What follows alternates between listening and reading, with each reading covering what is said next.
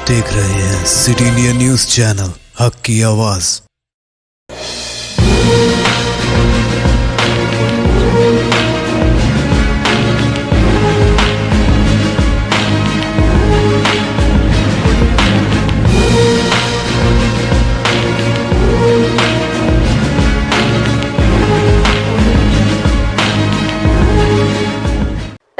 Yamini welcome to సిటీనియా news. ఇక bulletin లో అప్డేట్స్ చూస్తే జిల్లా పర్యటనలో భాగంగా పలు అభివృద్ధి పనులకు మంత్రి కేటీఆర్ శంకుస్థాపన చేస్తున్నారు. పర్యటనలో భాగంగా చిట్యాలలో 6వ విడత హరితహారం కార్యక్రమంలో భాగంగా మంత్రులు కేటీఆర్, జగదీష్ రెడ్డి మొక్కలు నాటి సబ్ స్టేషన్ ను ప్రారంభించారు. అలాగే మున్సిపాలిటీలో పలు అభివృద్ధి కార్యక్రమాలకు శంకుస్థాపనలు చేశారు. ఈ సందర్భంగా మంత్రి కేటీఆర్ మాట్లాడుతూ సంక్షోభంలో కూడా సంక్షేమమే ప్రభుత్వ ధ్యేయమన్నారు. రైతులందరికీ రైతు బంధు డబ్బులు అందించామని తెలిపారు. దీంతో రైతులు చాలా సంతోషంగా వానాకాలం సాగును ప్రారంభించారు. అయితే అందరికీ ఆసరా పెన్షన్లను అందజేస్తున్నామని పేర్కొన్నారు.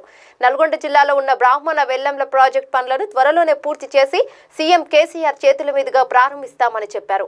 రాష్ట్రంలోని అన్ని మున్సిపాలిటీలను అందంగా తీర్చిదిద్దుతున్నామని, లాక్డౌన్ కారణంగా రాష్ట్ర ఆదాయం కొంత దెబ్బతింది అయినా కూడా వేగంగా పుంజుకుంటున్నామని, నెల నెల మున్సిపాలిటీలకు పంచాయతీలకు ఇచ్చే నిధులను అందిస్తున్నామని తెలిపారు. కార్యక్రమంలో మండలి chairman Gutha Sukhender Reddy, vice chairman Neti Vidyasagar, మండలి whip Karne Prabhakar, ZP chairman Narender Reddy, MP Lingaiah Yadav, స్థానిక ఎమ్మెల్యే చిరుమర్తి లింగయ్య, ఎమ్మెల్యేలు గాదిరి కిషోర్ కుమార్, భాస్కర్ రావు, ఎమ్మెల్సీ తీరా చిన్నపరెడ్డి, మాజీ ఎమ్మెల్యే కుసుకుంట్ల ప్రభాకర్ రెడ్డి, టీఆర్ఎస్ రాష్ట్ర నాయకుడు వేమిరెడ్డి నరసింహారెడ్డి పాల్గొన్నారు. నోముర నరసింహయ్య గారు నాగార్జున సాగర్ శాసనసభ్యులు, వారిది కూడా ఈ నియోజకవర్గమే. నేతి విద్యాసాగర్ గారిది ఇక్కడనే, అన్నా సుఖేంద్ర రెడ్డి వారందరిది కూడా ఈ నియోజకవర్గమే. ప్రభాకర్ అన్నది ఈ నియోజకవర్గం కాదు. అదే రకంగా గౌరవ శాసనసభ్యులు పెద్దలు అన్న మిర్యాలగూడ శాసనసభ్యులు నల్లమోతు భాస్కర్ రావు గారు, సోదరుడు తుంగతుర్తి శాసనసభ్యులు గాదరి కిషోర్ కుమార్ గారు, గౌరవనీయులు శాసన మండలి సభ్యులు పెద్దలు కూసుకుంట్ల ప్రభాకర్ రెడ్డి గారు, సోదరుడు స్థానిక మున్సిపల్ చైర్మన్ వైస్ చైర్మన్ గారు అచ్చా నేతి విద్యాసాగర్ గారు బర్త్డే, సారీ తమ్ముడు నీరు గారు.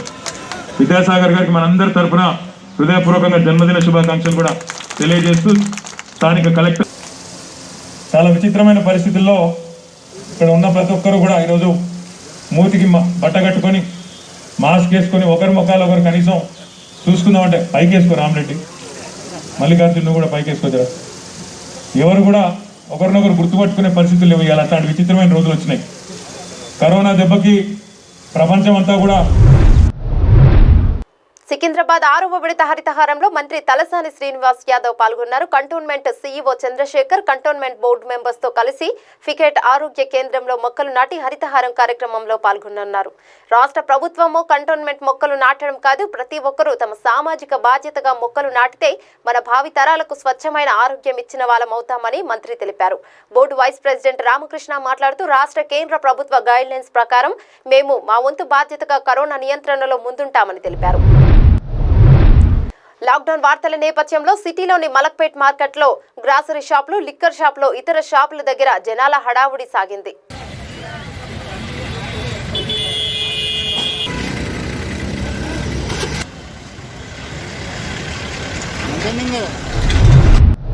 కొత్తపేట నియోజకవర్గం ఆలమూరు మండలం జనసేన అధినేత పవన్ కళ్యాణ్ ని విమర్శించే స్థాయి చెల్లా ప్రభాకర్ రావుకి లేదని ఆలమూరు జనసేన నాయకులు ఖండించారు. నీ స్థాయి ఏమిటి, పవన్ కళ్యాణ్ స్థాయి ఏమిటో తెలుసుకుని మాట్లాడాలని, కాపులకు గత ప్రభుత్వం తెలుగుదేశం, ఇప్పుడు ప్రభుత్వం వైసీపీ ప్రభుత్వం కాపులకు రిజర్వేషన్లు అమలు చేస్తామని హామీ ఇచ్చి ఇప్పుడు కనీసం పట్టించుకుంటున్నారా అని ప్రభాకర్, నువ్వు ఆలమూరు మండలం కాపు నాయకుడు అని అంటున్నావు, కనీసం నువ్వు అడగవచ్చు కదా, ఎందుకు అడగట్లేదు నువ్వు అని జనసేన నాయకులు డిమాండ్ చేశారు. కాపు నాయకుడు అని చెప్పి కాపులనే విమర్శిస్తున్నావంటే నువ్వు ఏ స్థాయిలో ఉన్నావో అర్థమైందని, కాపు ఉద్యమ నేత ముద్రగడ పద్మనాభం గారిని ఎప్పుడూ పవన్ కళ్యాణ్ విమర్శించలేదని జనసేన నాయకులు తెలిపారు. ఇప్పటికైనా ప్రభాకర్ రావు తెలుసుకుని మాట్లాడాలని, కాపులకు రిజర్వేషన్ల కోసం మీ జగన్ ప్రభుత్వాన్ని అడగాలని సూచించారు. ఇంకోసారి మా అధినేత పవన్ కళ్యాణ్ విమర్శిస్తే ఊరుకునేది లేదని హెచ్చరించారు. ఈ కార్యక్రమంలో ఆలమూరు మండల ఇన్ఛార్జి తాళ డేవిడ్, పెద్దమల్ల గ్రామ అధినేత జనసేన సభ్యులు గారపాటి త్రిమూర్తులు, సంతిపూడి జనసేన కార్యకర్తలు, తోట వెంకటేశ్వర్లు, రాంబాబు, కాపు నాయకులు, జనసేన నాయకులు పాల్గొన్నారు.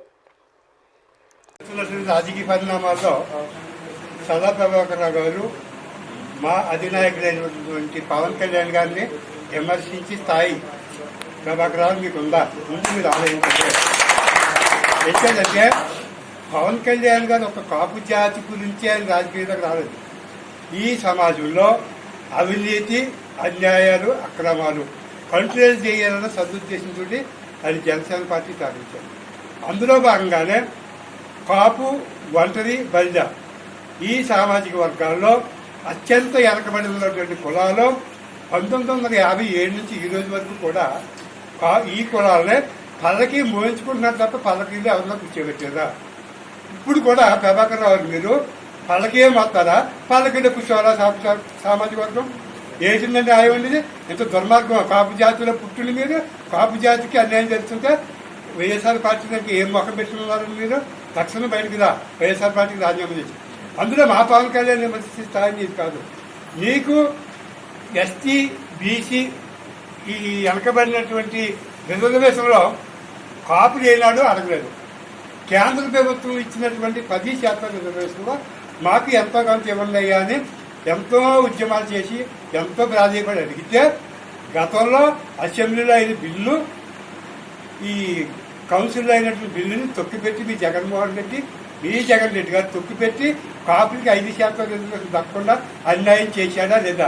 దీనికి నువ్వు సమాధానం చెప్పని అడుగుతున్నాను చల్లా ప్రభాకర్ రావు. ఇంకొక విషయం, ఈ రాష్ట్రంలో వైఎస్ జగన్మోహన్ రెడ్డి వచ్చి పరిపాలన విధానం ఎలాగుందో అందరూ చెప్పుకుంటున్నారు. ఇవాళ రాజకీయ శాస్త్రం కాదు, జాతి ముఖ్యం. ఈ భారతదేశం గురించి గాంధీ గారు ఎలా పోరాడాలో నీ జాతి గురించి నువ్వు పోరాడు. ఇవాళ తాత్కాలిక నీ ప్రయోజనాల కోసం నువ్వు ఆశించి నీ జాతిని కించపరుచుకో.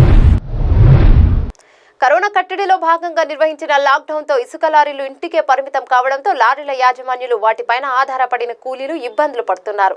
ట్రాన్స్పోర్ట్ పైన ఆధారపడిన వారందరికీ నెల రోజులుగా పనులు లేకపోవడంతో పస్తులుండాల్సిన పరిస్థితి ఏర్పడిందని చెప్తున్నారు. అంతేకాకుండా నెల రోజులుగా ఉపాధి లేకపోవడంతో ఆర్థికంగా ఇబ్బందులు ఎదుర్కొంటున్నామని ఆందోళన వ్యక్తం చేశారు. ఇక ఇసుక లారీలు నింపే కూలీలు ఒక వ్యక్తి రోజుకు 500 నుంచి 1000 రూపాయల వరకు సంపాదించుకునేవారని గత నెల రోజులుగా పనులు లేకపోవడంతో అనేక ఇబ్బందులకు గురవుతున్నారు. ఇసుక లేకపోవడంతో భవన నిర్మాణ కార్మికులకు కూడా పనులు బంద్ చేసిన విషయం తెలిసిందే. ఇక లారీల యాజమాన్యులు లారీలకు సంబంధించి ఫైనాన్స్ బ్యాంకులకు చెల్లించే వాయిదాలపై ఆందోళన వ్యక్తం చేస్తున్నారు. ఇలాంటి క్లిష్ట సమయంలో ఇసుక లారీల యాజమాన్యులను కేంద్ర రాష్ట్ర ప్రభుత్వాలు ఆదుకోవాలని లారీ ఓనర్స్ అసోసియేషన్ రాష్ట్ర నాయకులు సుర్వి యాదయ్య గౌడ్ విజ్ఞప్తి చేశారు. వాహనాల పన్నుకు మినహాయింపు ఇవ్వడంతో పాటు వాహనాల రుణాలకు సంబంధించి వడ్డీని కూడా మాఫీ చేయాలని, లేదంటే భవిష్యత్తులో తీవ్ర ఇబ్బందులకు గురి కావాల్సి వస్తుందని ఆందోళన వ్యక్తం చేశారు. ఈరోజు ఆక్విల్ లారీ ఓనర్స్ అసోసియేషన్ సెక్రటరీగా నేను కేంద్ర గవర్నమెంట్కి అలాగే మన రాష్ట్ర గవర్నమెంట్కి విన్నవించుకునేది ఏంటంటే, ఈ రోజున ఉన్న లారీ సంస్థ అయితే అజ్ఞాతంలో పడిపోయి ఉంది.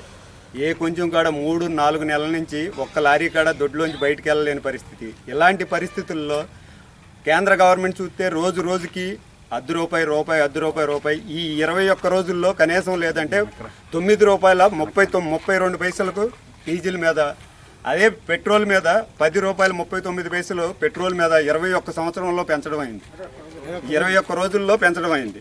కావున ఈ డీజిల్ మీద పెట్రోల్ మీద రేట్లని తక్షణమే తగ్గించాలని కోరుకుంటూ నిరవధికంగా క్వార్టర్లీ ట్యాక్సులు మన జనవరి నుంచి మార్చి వరకు కూడా ఈ క్వార్టర్లీ ట్యాక్స్ లారీలు తిరగలేదు కాబట్టి ఈ ట్యాక్స్ని కూడా మన ఆంధ్ర రాష్ట్రం రద్దు చేయవలసిందిగా కోరుతూ నిరసన తెలియజేసుకుంటున్నాం.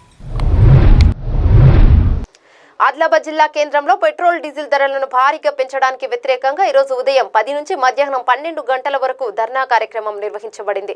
ఈ కార్యక్రమంలో ఏఐసిసి మెంబర్ గండ్రత్ సుజాత మరియు జిల్లా మైనార్టీ అధ్యక్షుడు సాజిద్ ఖాన్ మరియు కాంగ్రెస్ పార్టీ కౌన్సిలర్లు, మాజీ కౌన్సిలర్లు, ఇతర నాయకులు ఈ కార్యక్రమంలో పాల్గొన్నారు.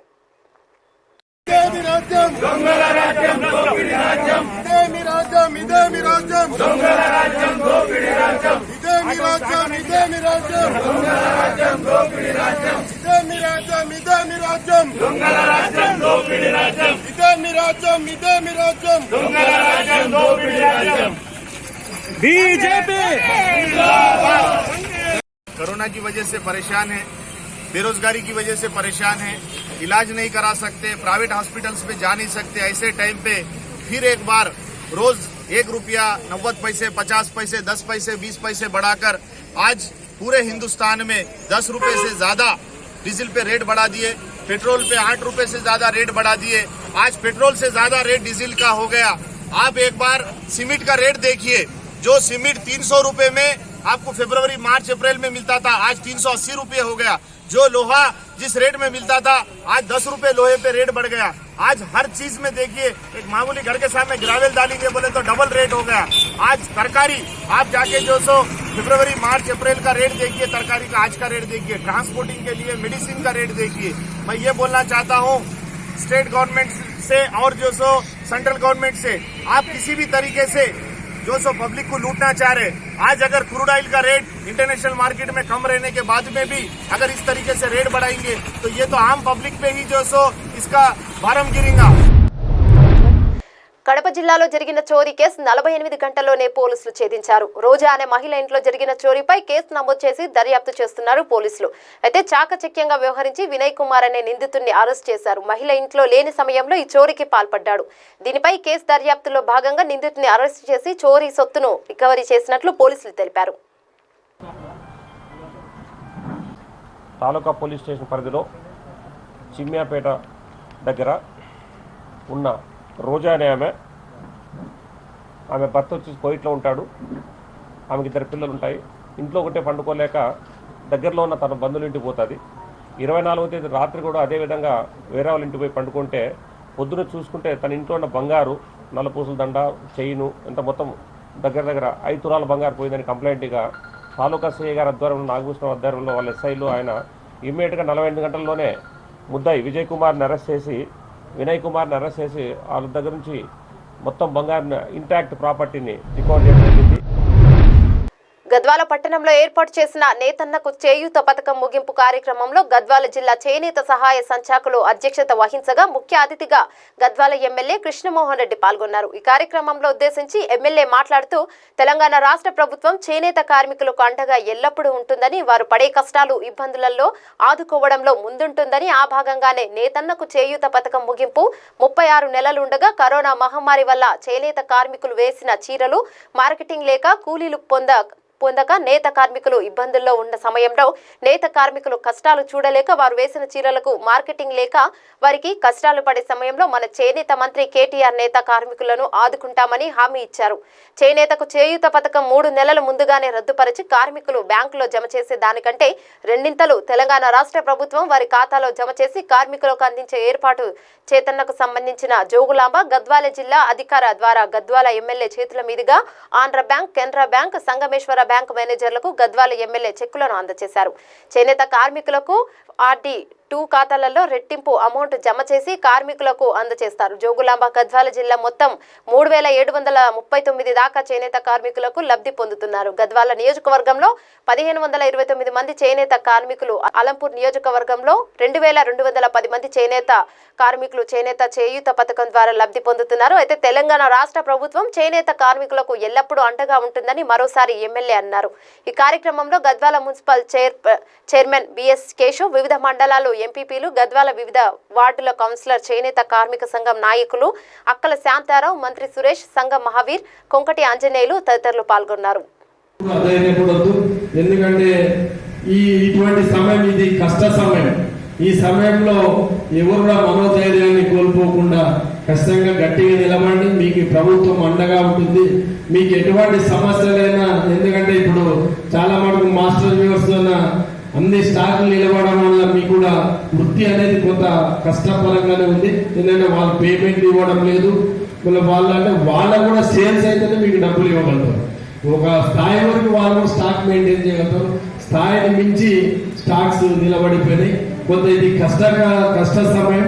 ఎందుకంటే ఇటువంటి సమయంలో ప్రభుత్వమే మనకు అండగా నిలబడితేనే, వాళ్ళ మానవులు ఎవరో ఒకరో ఇద్దరు చేసేది ఒక ప్రభుత్వం అండగా నిలబడితేనే మేమందరూ కూడా జీవితం అనేది సాఫీగా జరిగిపోతుంది. ప్రభుత్వం దృష్టిలోకి తీసుకెళ్తాం. ఖచ్చితంగా ప్రభుత్వం ద్వారా మన టెస్కో ద్వారా కొనిచ్చే ప్రయత్నం నా వంతు నేను ప్రయత్నం చేస్తానని సభాముఖంగా తెలియజేస్తూ ఖచ్చితంగా జగిత్యాలలో దొంగల స్వైర విహారం జరిగింది. అయితే జగిత్యాల పట్టణంలో ఆదివారం రాత్రి దొంగలు స్వైర విహారం చేశారు. పట్టణంలోని బైపాస్ రోడ్డు అంగడి బజార్లలోని 2 మెడికల్ దుకాణాల్లో, అలాగే బీట్ బజార్లో ఓ మెడికల్ షాప్, మార్కండేయ టెంపుల్ ఎదురుగా ఉన్న మెన్స్ వేర్లో అర్ధరాత్రి దొంగలు 4 దుకాణాలకు సంబంధించిన షట్టర్లను లేపి దొంగతనానికి పాల్పడ్డారు. స్థానికుల ద్వారా విషయం తెలుసుకున్న పట్టణ పోలీసులు ఘటనా స్థలానికి చేరుకొని విచారణ చేస్తున్నారు. క్లూస్ టీమ్ ద్వారా దొంగల వేలిముద్రలను సేకరిస్తున్నారు. అయితే దొంగలు 3 మారుతి జెన్ కార్లో వచ్చి దొంగతనానికి పాల్పడినట్లు సీసీ కెమెరాలో నిక్షిప్తమైంది. ప్రాథమిక అంచనా ప్రకారం మెడికల్ షాప్లో 12,000, ఓ షాప్లో 60,000, మరో షాప్లో 72,000 నగదు చోరీ చేసినట్లు సమాచారం. నందిగామ 141 మద్యం సీసాలతో పట్టుబడ్డారు 2 వ్యక్తులు. కంచికర్ల నెహ్రూ సెంటర్ వద్ద అనుమానాస్పదంగా బైక్ పై వెళ్తున్న 2 వ్యక్తులను ఆపి వారి వద్ద ఉన్న 2 బ్యాగులను తనిఖీ చేశారు పోలీసులు. అయితే 141 మద్యం సీసాలు లభించాయి వారి వద్ద. ఈ సందర్భంగా నందిగామ డీఎస్పీ జీవి రమణమూర్తి మాట్లాడుతూ తెలంగాణ రాష్ట్రం నుండి అక్రమ మద్యం రవాణా విపరీతంగా కొనసాగుతున్న నేపథ్యంలో చెక్ పోస్టులు ఏర్పాటు చేసినప్పటికీ గ్రామాల మధ్య కలిగిన డొంక రోడ్లను ఆసరాగా చేసుకుని అక్రమ మద్యం వ్యాపారులు మద్యం రవాణా చేస్తున్నారని ఈరోజు కంచికచర్ల నెహ్రూ సెంటర్ వద్ద ఎస్ఐ శ్రీహరి బాబు వాహనాలు తనిఖీ చేసిన నేపథ్యంలో తెలంగాణ రాష్ట్రం కోదాడ నుండి ఇబ్రహీంపట్నం మండలం కేతనకొండ గ్రామానికి మద్యం సరఫరా చేస్తున్న 2 వ్యక్తులను పట్టుకొని వారి వద్ద మద్యం సీసాలు స్వాధీనం చేసుకున్నారని తెలిపారు. కాగా వీరిరువురు బెల్ట్ షాపులకు మద్యం సరఫరా చేస్తున్నట్లు సమాచారం. ఈ రోజున కంచిచర్ల ఎస్ఐ గారు కంచిచర్ల నెహ్రూ చౌక్లో వెహికల్ చెకింగ్ చేస్తుండగా మోటార్ సైకిల్ మీద 2 వ్యక్తులు వస్తుండగా అనుమానం మీద ఆపి చెక్ చేస్తే వాళ్ళ బ్యాగ్లో 141 వాటర్ బాటిల్ ఉన్నాయి. వీళ్ళిద్దరూ కూడా గోదావరి నుంచి వాటర్ బాటిల్ పర్చేజ్ చేసుకుని 141 బాటిల్ కేతనకొండ తీసుకెళ్తుండగా మనకి మధ్యలో ఇంటర్సెప్ట్ చేసి ఎస్ఐఆర్ పట్టుకున్నారు. ఇది ఎక్సైజ్ యాక్ట్ కింద కేసు రిజిస్టర్ చేసి వీళ్ళని అరెస్ట్ చేస్తారు. పెద్దగూడెం కల నెరవేరింది. మాట ఇచ్చి నిలబెట్టుకుంటున్న మంత్రి నిరంజన్ రెడ్డి వనపర్తి జిల్లా పెద్దగూడెంలో రాష్ట్ర వ్యవసాయ శాఖ మంత్రి సింగిరెడ్డి నిరంజన్ రెడ్డి పర్యటించారు. ఈ కార్యక్రమానికి కలెక్టర్ షేక్ యాస్మిన్ బాషా, ఇతర అధికారులు, ప్రజాప్రతినిధులు హాజరయ్యారు. మంత్రి వైకుంఠధామం ప్రారంభించి కాంచెరువుకు నీళ్లు నింపే లిఫ్ట్ పనులకు భూమి పూజ చేశారు. మంత్రి మాట్లాడుతూ పెద్దగూడెం కల నెరవేరింది, మాట ఇచ్చా నిలబెట్టుకున్నానని అన్నారు. 1500 ఎకరాలకు సాగునీరు అందుతోందని, దాదాపు 400 మంది రైతులకు ప్రయోజనం కలుగుతుందని, 79 లక్షలతో 120 HP మోటార్తో కాంచెరువు నింపేందుకు లిఫ్ట్ ఏర్పాటు చేశామని, కాంచెరువు నింపు రాములవారి పాదాలు కడుగుతామని విపక్ష నేతలు ఫిర్యాదులతో నీళ్లు రాకుండా అడ్డుకున్నారు. అన్ని అనుమతుల కోసం ఎదురు చూస్తే రైతులు నష్టపోతున్నారు. అందుకే పైనీర్ విత్తన సంస్థను సామాజిక బాధ్యత నిధులతో రైతులకు మేలు చేసే ఈ లిఫ్ట్ చేపట్టాలని కోరాను. వారు ముందుకు వచ్చి లిఫ్ట్ నిర్మిస్తున్నారు. లిఫ్ట్ నిర్వాహకుల గ్రామంలో ఒక కమిటీ ఎన్నుకొని నియోజకవర్గంలో దాదాపు 40 తరహా చిన్న పెద్ద లిఫ్టులు చేపట్టడం జరిగిందని, సాగుకు యోగ్యమయ్యే ప్రతి ఎకరాకు సాగునీరు అందిస్తామని, రైతులు శ్రేయస్సే ముఖ్యమంత్రి కేసీఆర్ లక్ష్యమని, అందుకే వ్యవసాయానికి ప్రాధాన్యమిచ్చి ప్రోత్సహిస్తున్నది. దేశంలోని ఏ రాష్ట్రంలోనూ రైతులను ప్రోత్సహించే ఇన్ని పథకాలు లేవని మంత్రి తెలిపారు. రైతు బంధు, రైతు బీమా, ఉచిత కరెంటు, సాగునీరు రాకతో రైతులలో ఆత్మవిశ్వాసం పెరిగిందని ఆయన తెలిపారు. చేద్దామని అంచనా వేస్తే చాలా పెద్ద ఎత్తున ఖర్చు వస్తుంది. ఒక 5-10 లక్షలంటే ఏదైనా CDF కిందనో లేకుంటే మాకు వచ్చే ఫండ్స్ ఏదైనా చేద్దామని ఆలోచన చేసి ఉంటుంది. కానీ దాదాపు ఇది చాలా పెద్ద ఎత్తున 79 లక్షల దాకా వస్తుంది ఇప్పుడు ఎస్టిమేట్ అంతా చూస్తే. మరి రాష్ట్ర ప్రభుత్వం నుంచి తీసుకుందామంటేనేమో IDC అని ఉంటుంది, ఇరిగేషన్ డెవలప్మెంట్ కార్పొరేషన్ అని, ఈ మినీ లిఫ్ట్లు చేసేది. అందులో ఫండ్స్ లేవు. నీటిపారుదల శాఖ నుంచి తీద్దామంటేనేమో భవిష్యత్తులోనైనా ఇది MJ4 కింద వస్తుంది కదా, కాబట్టి ఇది MJ4లో కవరేజ్లో వచ్చేటప్పుడు, ఆయకట్లో వచ్చేటప్పుడు ఇది లిఫ్ట్ ఆమోదం కాదని ఇరిగేషన్ శాఖ చెప్తుంది.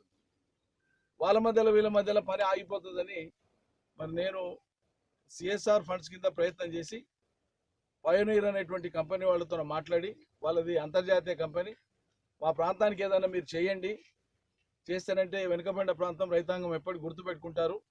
మరి సీడ్స్ రంగంలో ఉన్నారు మీరు కాబట్టి మీకు కూడా రైతాంగానికి చేసిన తృప్తి ఉంటుందంటే ఒక 2-3 నెలలు వాళ్ళతో వివిధ సందర్భాల్లో సమావేశాలు చేసి ప్రభుత్వ స్థాయిలో వాళ్ళని పిలిచి మా కార్యదర్శి గారి దగ్గర పిలిచి మాట్లాడి చట్టపరంగా వాళ్ళ ఆడిట్ అంతా కూడా పర్ఫెక్ట్ ఉందా లేదా చూసుకొని కరెక్ట్ ఉందన్న తర్వాత అప్పుడు ఇవాళ CSR ఫండ్స్ కింద, పయోనీర్ CSR ఫండ్స్ కింద మంజూరీ తీసుకొని దాని నిర్వహణ ఇదంతా పని చేయడం కూడా ఎవరో ప్రైవేట్ గుత్తేదారులు ఎవరో కార్యకర్తలు చేసేది కాదు. ఈ పని నేరుగా వాళ్ళే కంపెనీ వాళ్ళే ఇంకో కంపెనీకి, రామ్కి అనేటువంటి కంపెనీకి వాళ్ళు ఈ వర్క్ ఎగ్జిక్యూషన్ కోసం బాధ్యతలు అప్పగించినారు. ఆ రామ్కి అనేటువంటి కంపెనీ ఈ మొత్తం పనినంతా కూడా చేస్తుంది. రామ్కి ప్రతినిధులు అదేవిధంగా పయోనీర్ కంపెనీకి సంబంధించినటువంటి ప్రతినిధులు కూడా ఇక్కడికి వచ్చినారు. దీని ఎగ్జిక్యూషన్ మన జిల్లా వాసే భక్తులు పరమ పవిత్రంగా భావించే పుణ్యక్షేత్రాలు అపవిత్రంగా మారుతున్నాయి. కర్నూలు శ్రీశైలం వద్ద ఓ వ్యక్తి వాహనంలో మాంసం మద్యం సరఫరా చేస్తూ పోలీసులకు చిక్కాడు. తమ వాహనంలో తరలిస్తున్న సమయంలో వీటిని పోలీసులు గుర్తించారు. అయితే భక్తులు పవిత్రంగా భావించే దైవ సన్నిధిలో వెలుగు చూస్తున్న ఘటనలు ఆందోళన కలిగిస్తున్నాయి. భక్తుల మనోభావాలు దెబ్బతీసేలా వ్యవహరిస్తున్న వ్యక్తులపై కఠిన చర్యలు తీసుకోవాలని పలువురు కోరుతున్నారు. ఇవి బులెటిన్లోని అప్డేట్స్. మరో బులెటిన్లో మళ్ళీ కలుద్దాం. అంతవరకు చూస్తూనే ఉండండి సిటీనియా న్యూస్.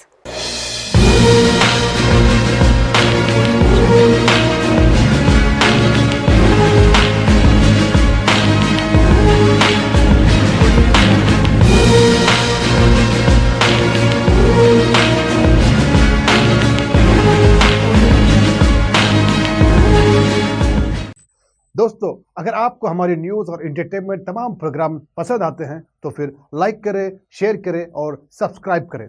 और हाँ, बेल आइकॉन दबाना ना भूलें ताकि आप हमारी हर न्यूज़ और हर एंटरटेनमेंट प्रोग्राम से अपडेट रहें। देखते रहिए सिटी इंडिया न्यूज़, हक की आवाज़।